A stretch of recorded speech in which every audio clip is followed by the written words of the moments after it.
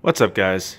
Today I'm going to be installing a dash cam into my 2017 Mark 7 GTI. Alright, so now we're looking at everything that we'll be needing for the install. Over on the left here we got a bone tool needed for taking off this side panel right here. This side panel comes off pretty easy. There's just 3 little prongs on the bottom, middle, and top side of the panel. It doesn't take a whole lot of force to get them off, so be careful, but don't be afraid to pop them off. Here we have the glove compartment that can hold little things on the left-hand side under the steering wheel. You'll just need to squeeze the side to get it off. Pull back and you'll see these 2 hinges right here. Pull back on the entire unit and it will come right off. Up here we have the amp meter. This will be used to find the best fuse that is turning off while the vehicle is off and on while the vehicle is on. Here's the cable that'll connect to the camera. It's got the USB-A adapter for it. Has the box with a power adaptation. Wiggle, wiggle, wiggle. Below here we got the negative lead and the positive lead connected to a dongle. It's got the fuses that we took out from the vehicle as well as a new fuse. It is connected to a clamp that will clamp down on the wire that you'll have to do yourself.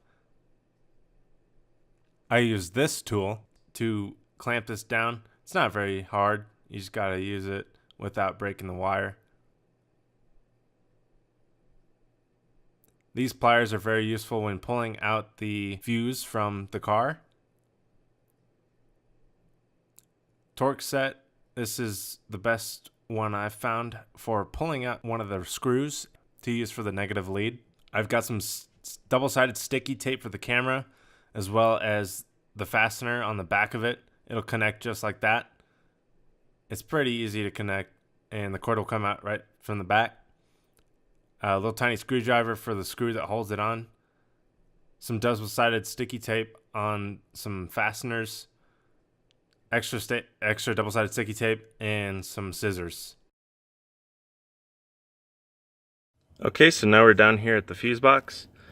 As you can see here, there's a lot of fuses to choose from, but there is a diagram which I'll put the link in the description for, and you guys can check it out for yourselves. It'll show you basically the whole layout of the fuse box and what all the fuses are for, so that you don't end up using an airbag fuse or an ignition fuse for one of your accessories. So if you look here, that number 5 right there, 5 amp fuse, that one is actually the airbag fuse, so we're not going to use that one. Which one I chose is that one. So the very end, the bottom row, is number 10. That's a 10 amp fuse for the left DRL, or the daytime running light. So we're going to use that one. Okay, so with our amp meter on and turn on to volts instead of millivolts. So as you can see there, it says millivolts. We're going to change it to volts.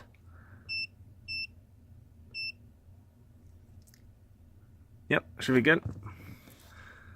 And then we're going to take our negative pole, and we're going to touch it to the bolt up here. Just going to rest it. Okay, it's in contact, so we're going to leave that there. Now with my other hand, I'll grab the positive. So right now we're reading 0, or close to 0. Should be 0. Yep. Okay, now I'm going to touch it to the load lead, which is, so there's a load in the draw side. The load side is going to be coming off the battery terminal, so it's going to be the positive battery terminal. And then the other side is going to be the draw side, so that will complete the circuit. So let's say it overvolts, it will blow the fuse instead of running through the circuit. So that's basically how an amp fuse works. So right down here is going to be our load side. So if we look down there, it's going to read 0 right now because there isn't anything going on with the car. It's off. So if we take a second and turn it on, just hit the ignition button real fast. Alright, so then we're going to touch it to that load, and now it's reading. Now it's reading 12 and some volts. Okay, and then when I take it off, it'll stay off. Alright, try it again. Plug it in. Boom, 12 volts. Okay, so we're going to turn off the car. Now it's off. And I'll show you guys what I meant by always on. So if you look up there, or one of these upper ones. Let's touch this 10 right here. If you touch that one, it's going to read 12 and some volts like we did when the car was on. But as you can see, the car is off. So that's why these ones and the ones up here won't work for having a camera system or whatever you want to hook up, because otherwise it'll be always on. You'll always have that product or system or camera always on, which you don't want because it's going to burn out the camera. You're going to overload your memory card, whatever, blah blah blah. So we're just going to use this one right here. Okay, so now we're ready to install our dongle and cable system. So I'll just feed this through the little hole right here. For now, I'm just going to tuck it around the back, right there. Later, I'm going to use this box right here. I'll use some double-sided sticky tape and stick it to probably like right there, where it's a flat little piece of plastic. I'm just going to stick it right there, or maybe even up here on the sidewall. On another note, for the crimp right here, I just took the cable and pushed it into there and used this tool right here with the crimping part. So then when you go like that and crimp it together, the wire will be stuck inside and you just squeeze. It's pretty easy. Okay, so now we're going to plug this in. An important thing to note is having the smaller fuse on top of the dongle and have the one that you taken out from the vehicle and put it on the bottom. This will make sure that there's a sufficient fuse for both circuits and they don't blow each other.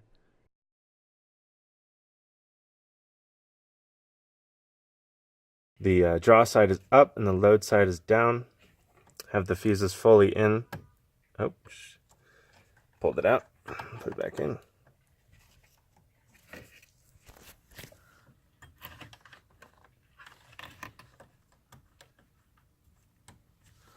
There we go. Okay. So now we've got it in there and it's clear of all other stuff. Both the fuses are in and in the correct orientation. Got it crimped correctly up there. And now we just need to do some cable management and put in the negative lead to that bolt right there. Alright, so as you can see, I finally got it all sticky sided, double sided, whatever you want to call it. Some kind of tape. Got it all taped up there. So now it's all connected, taped up, and ready to be cord managed. So next we'll put the cords probably tucked in the back. And we can get the cords out of the way, put the box back on in the side panel, and we can do some cord management and make sure it works. So I forgot to mention before, but this is going to be a T30 bit for a Torx. So then we'll take off that bolt up there, the one that we'll use for the negative lead, and we'll put the negative lead behind it. So it's got a little, mine already has a little tool, or a little bit for it, so you can just plug it in right behind the bullet. Okay, so now I got the negative lead put in right there. It's securely tied in there with the bolt. Just use that T30 bit right here. Tighten it back up. Just a snug fit. Make sure you don't over tighten it, because you can pull out the plastic or whatever's behind it, because it's plastic, I think. Alright guys, we're almost there. We got the camera hooked up now. I haven't put on the side panel or that back yet. We're going to test to make sure it works. And here we go. Okay, so ignition's on and we got power. Check that out. Okay. Yep, now we got a working camera that turns on and off with the car. Perfect. Alright, so now we're going to put our side panel back on with our glove box right meal.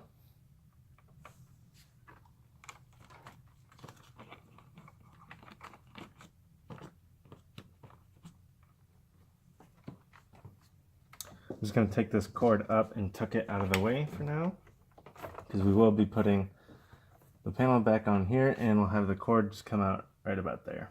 Because my plan is I'm going to route it up all the way along this and go across. Let me grab the side panel.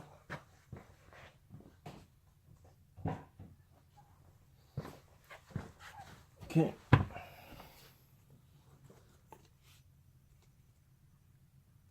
So just line it up with the little pegs right here, and line up that peg, and that peg with the 3 holes here. So then when you put the clips in, it'll just clip right in.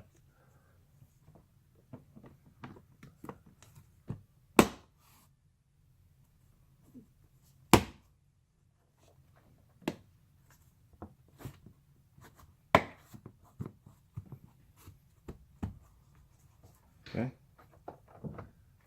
Perfect. So then we'll put the glove box back in.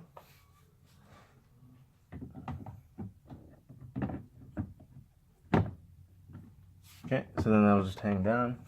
Once you get the 2 bottom parts in, and squeeze the sides. And there we go. Okay, so now that we got the little glove box back in, it works just fine. And the side panel back in. Now we can route that cable that comes out right here. I'm going to route it through the little sealer on the side right here. Route the cable right under here, all the way at the top. And then I'm going to come across right there and go all the way along the seam of the window. So it'll be hidden down through the holder and to the camera. Thanks for watching, guys. I hope this video will help you out in installing your new dash cam into your MK7 GTI or other cars, wherever you want to do it. Please smash the like button if you liked it, dislike if you disliked it, and comment what you would like me to do next.